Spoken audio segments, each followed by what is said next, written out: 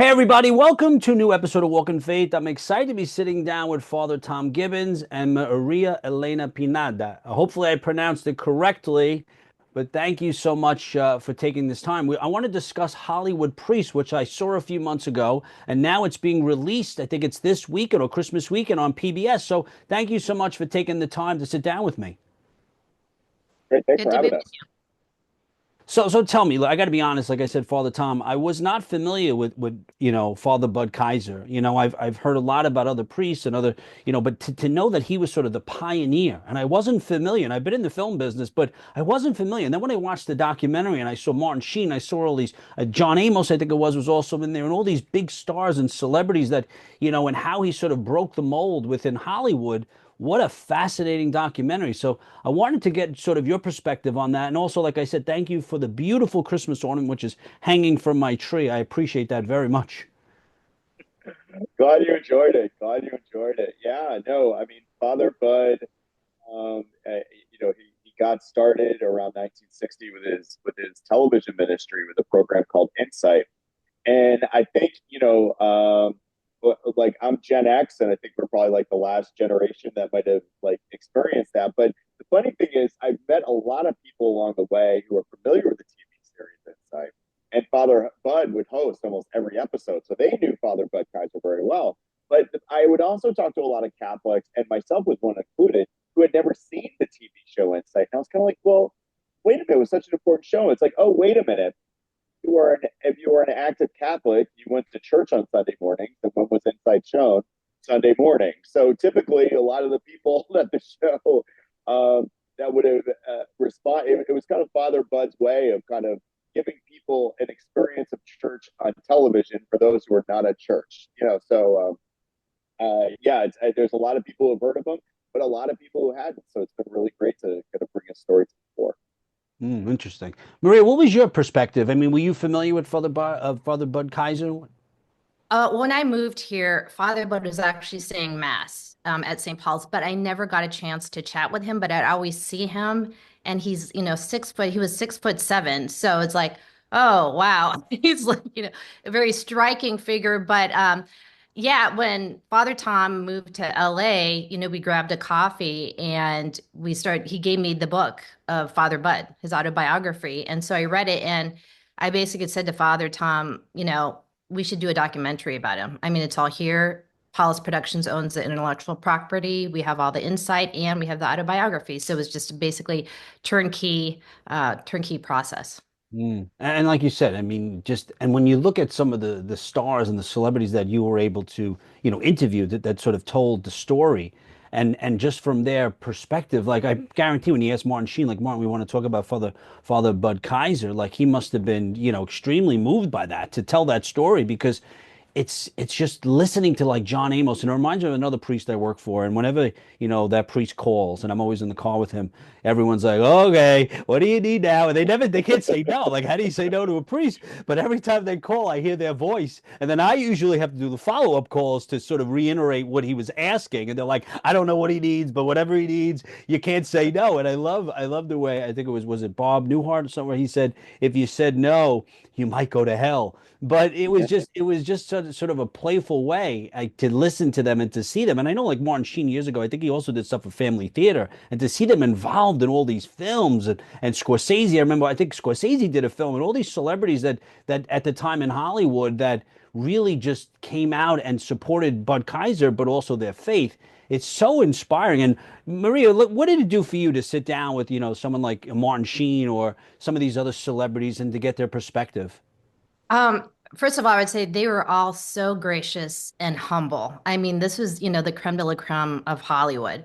And just to hear their stories, and you could really tell that they loved Father Bud. He could be a challenging person. He would push people, like you said, they couldn't say no, but they grew to love him. And also the writing was excellent. The whole production crew was excellent. So there's, actors and actresses that actually wanted to be involved with the project when they found out what Father Bud was doing. But I have a quick story. Father Tom's heard this tons of times, but we interviewed Marion Ross, Mm. and Father Tom and I are the same age, so we grew up watching, Happy Days. So we go to her home, very gracious, and our crew is setting up all the equipment.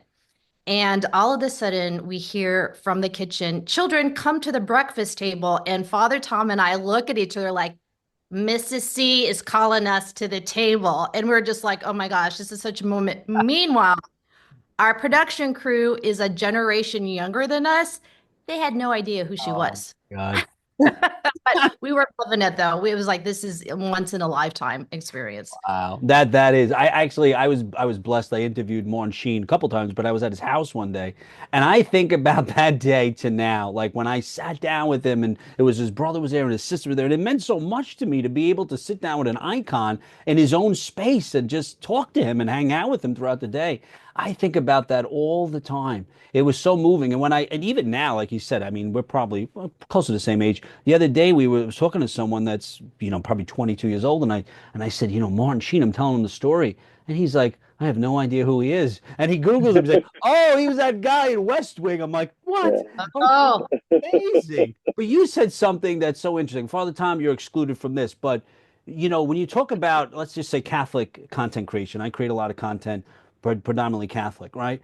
The level of content that Father Tom makes and creates, but also, Father Bud, it was at a level, like you said, the writing, the production value, the stars, and they wanted to be in it. And I see now too with some of the content that we create in general, some of the stuff I've created for different Catholic TV stations, the level is not where it should be. It really should be like we should take a sort of a playbook from Father Bud and say it needs to be at this level. If we're going to glorify God, if we're going to compete in Hollywood or whatever, however you want to phrase it, the content needs to be at the level like Father Tom. Like his last film was a Fighting Spirit. Like, you watch that documentary, you walk away. I was like, I wanted another hour. Father Yeah. Bud Keiser, you're talking about doing this, 70 years ago. I mean, when it was a lot harder than it is now, and the quality was at a level. So, I mean, really, like he broke the mold. He was a pioneer. But then from there, I feel like there aren't a lot of people like you, Father Tom, that are creating this really high-end content like Father Bud created all those years ago.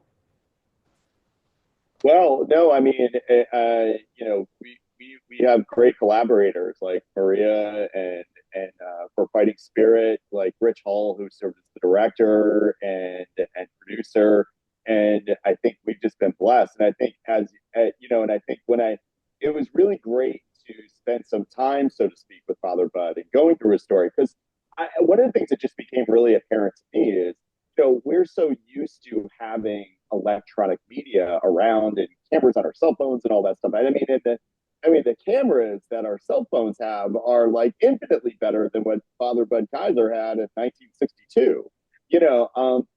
Everybody's got them. What I really began to see that Father Bud, in many ways, was the right person at the right time at the right place, where he was in Los Angeles when there was only so many quality cameras in the universe. I mean, and they all happen to be in Los Angeles, or both of them happen to be in Los Angeles. So he was really able to kind of take advantage of that. And because, he really worked at being as good of a producer as he was a priest, I think that's how he really gained the respect of people in the industry. And I think it's a level that we continually try to maintain at Paul's Productions. It takes a little bit of extra time to get us there. There's a different kind of medium if you're if you're doing like a TikTok video or something like that. And there's a place for that in the world of spreading the gospel and generating conversation amongst the faithful. But to do like films or longer term documentaries, they take a long time. Maria and I have been working on a documentary about the controversy surrounding the statues of Pineda Sarah right now. And that's been taking us a long time, just because there are so many moving parts, and the more moving parts, hopefully the higher the quality is, but it also means it's longer to take to get it out. Whether if we're just doing, Father Dave Blyer, whom I think many of your listeners or many of your viewers may know, who hosts the Busted Halo show. on Sirius XM. It's just like he just goes out every day, and there's already kind of like a set level there. So it's that tension between having the right story. The right story is really a story that's going to relate not only to a faithful audience but to everybody. And then I think also, and then it's just also having like the funding, and then also the distribution, because there is so much. There's infinitely much more content out there. So it's which is a blessing and it's a curse. You can make something, it's great, but actually in a weird way, it makes it harder to get that out to a mass audience. So it's kind of like figuring out all that stuff. I mean, I know for me, I'm still learning about all that stuff every day. So, Father Tom, one thing that was interesting too, and it, in the trailer especially, I think it's Martin Sheen when he says he wasn't just a priest, he wasn't just a producer. And I mean, I'm asking you personally, I mean, does that get challenging sometimes because you're at the pulpit, right? People see you as a priest, but then also too, you have to wear so many hats, right? One, if you're on set, you're directing, you have to give orders, but also two, you're also looking for money. And so I feel like at times, even for me, like I feel conflicted. Like now, I'm raising money for a film, but I have to ask people for the money, but then I feel like it goes against, other things that I believe, and I always feel torn. But as a priest, I mean, how are you able to sort of balance all that? Um, I'm still working that out. I mean, I think one of the things about Father Bud Keiser, like I wish I had a little bit more of, is there's a certain shamelessness to Father Bud that I'm kind of like, and I also think like Father Bud operated kind of in a little bit of a different time, where there were a lot of more Catholics in the pews who were like, and now I don't believe in this theology at all. I actually think sometimes it could be an abusive theology but it like in the 50s and 60s, there was kind of this theology of, oh, if I don't do what the priest has, I'm going to hell. Now, I don't believe in that theology. I think it can be, I don't think it's healthy. I don't think it fosters a good relationship, with the Lord. But when you're trying to get something done, sometimes I'm like, man, I just wish I could call up the head of Paramount and just say, if you don't run this movie, you're going to H double hockey sticks, And I think it's just I do. It is kind of funny because I definitely I try to. I'm still working it out. Ask me 2 weeks from now. I'll probably give you a different answer. But I think one of the jobs of priests and we all have this job as Christians. It's not unique to those who are ordained. But one of our roles is to be a teacher.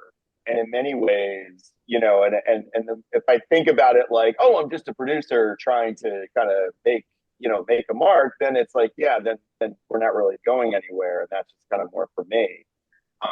And as much as I'd love to say I don't have that kind of ego, I always have to. I think being any kind of Christian is always having to, always go take our egos to the Lord and check them a little bit.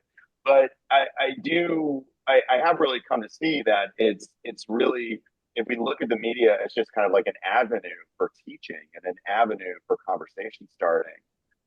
Then it really is a ministry. And I think one of the things that I think Maria and I have both experienced is when we take Hollywood Priest, we've been really grateful in order to take it to various film festivals and very, very secular film festivals.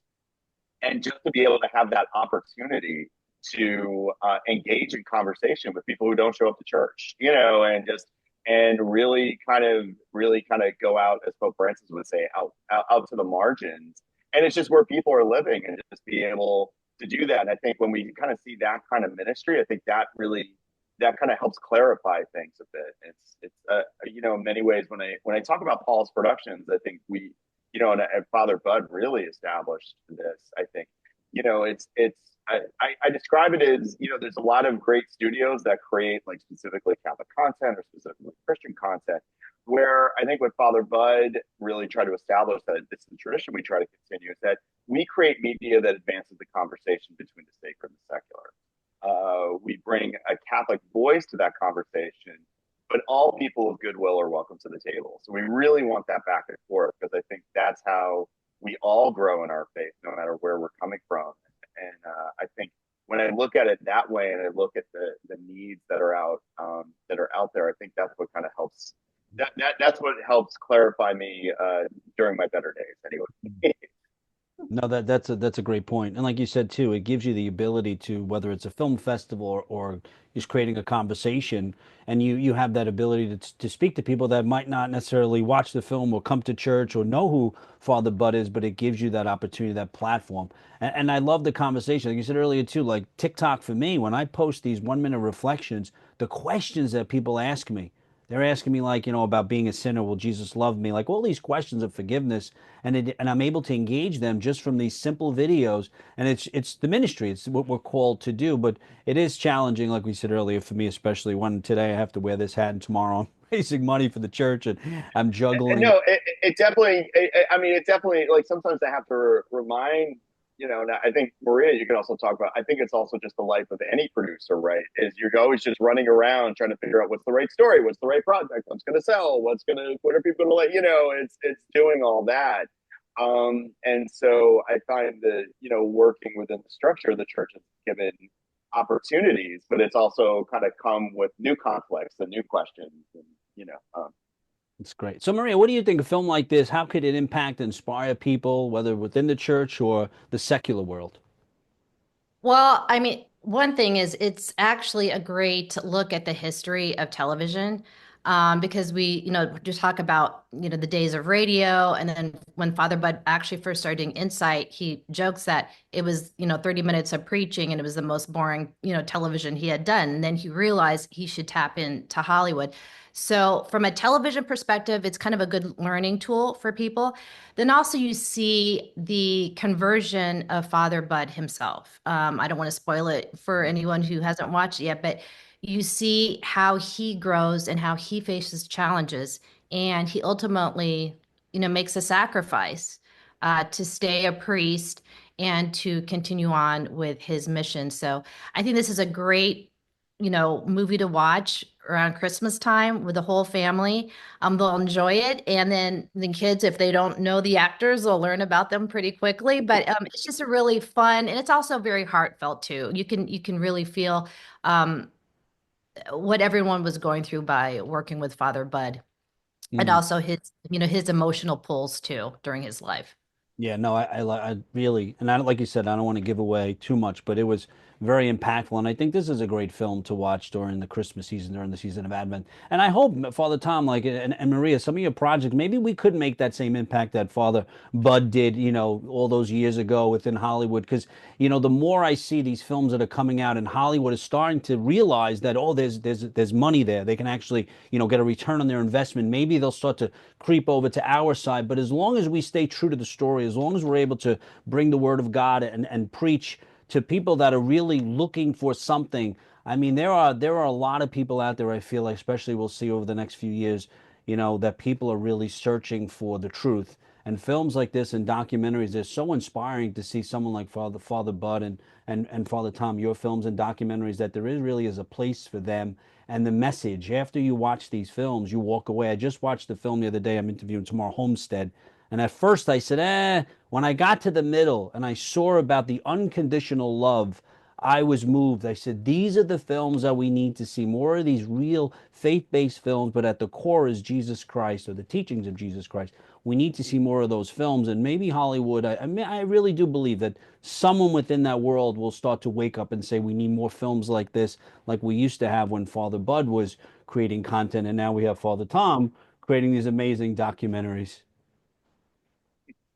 Well, I mean, there's a lot of people doing this work now too. I think it's really important work, and I think the more we all kind of get together and having whether it's clergy and like collaborators, like I definitely would never have gotten this film off the finish line without Maria, and Maria and I are working on another film right now that we're in the weeds on, and it's just, and I know Maria's got some projects of her own. I've been kind of saying it's the best time to be in media, and it's the worst time. It's the best time if you want to make something and just put it out in the world. It's the worst time if you want to get it out to a mass audience and make money off of it, because there's so much, which is a great blessing too. And it's just been interesting to kind of look at how Hollywood is just changing, and the economics of Hollywood, and the business plans of Hollywood are just all changing in some ways, not for the good, in some ways for the good. It's creating like new opportunities for like groups like The Chosen, Mm. like and all the great work they've been doing. So it's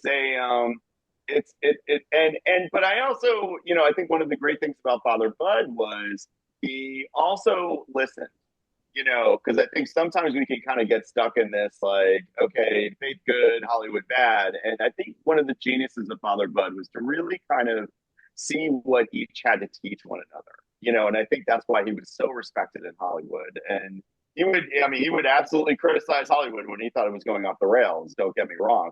But, he also, was saying, hey, there's a lot, like Jewish actors and Jewish producers and Jewish writers would go to Father Bud because they knew like he would, if they were trying to do the right thing, he would really be appreciating what they do. And I think it was that really collaborative spirit that I think people really responded to. Mm.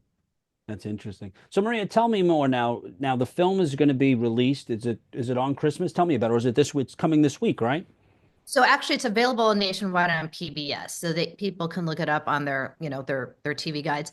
But it's going to be on the World Channel, which is part of PBS. So it's going to be on tomorrow, the 19th, and the 25th. And it's they can actually there might be world channels connected on their TV already, but if not, they can go to the app on PBS and download that, and they'll be able to watch it from there. That's great. And if they wanted to find out more information or support the Paulist group, Father Tom, can you offer a website or a way of them getting in contact with you? Yeah, so hollywoodpriest.org is or .com. Well, I think I have both registered. Anyway, Yeah. hollywoodpriest.com, and then for more information about what we do, paulistproductions.org. Nice. And I would advise people too to watch Fighting Spirit, which, I reviewed a couple of weeks ago. I interviewed Rich, who we share that with. Right, right. Yeah. And we're working on the distribution for that right now. So hopefully we'll have more information next couple. I want to say weeks, but I always tend to get too optimistic with my timeline. So I'll say next couple of months we'll have some more information on how that's going to be more widely available. We had a great theatrical run with it, and it's a lot of people are excited about it. We're getting a lot of great interest from different groups on how to spread it out to a larger audience.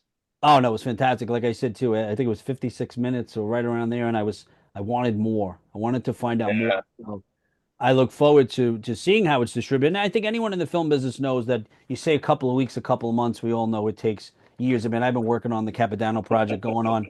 This is almost 7 to 8 years of working on Wow. that project, yep, so but like we say, it's going to get done. It's God's timing, but yep. the story will be told. And I really, like I said, I really appreciate the films that you've continuously create.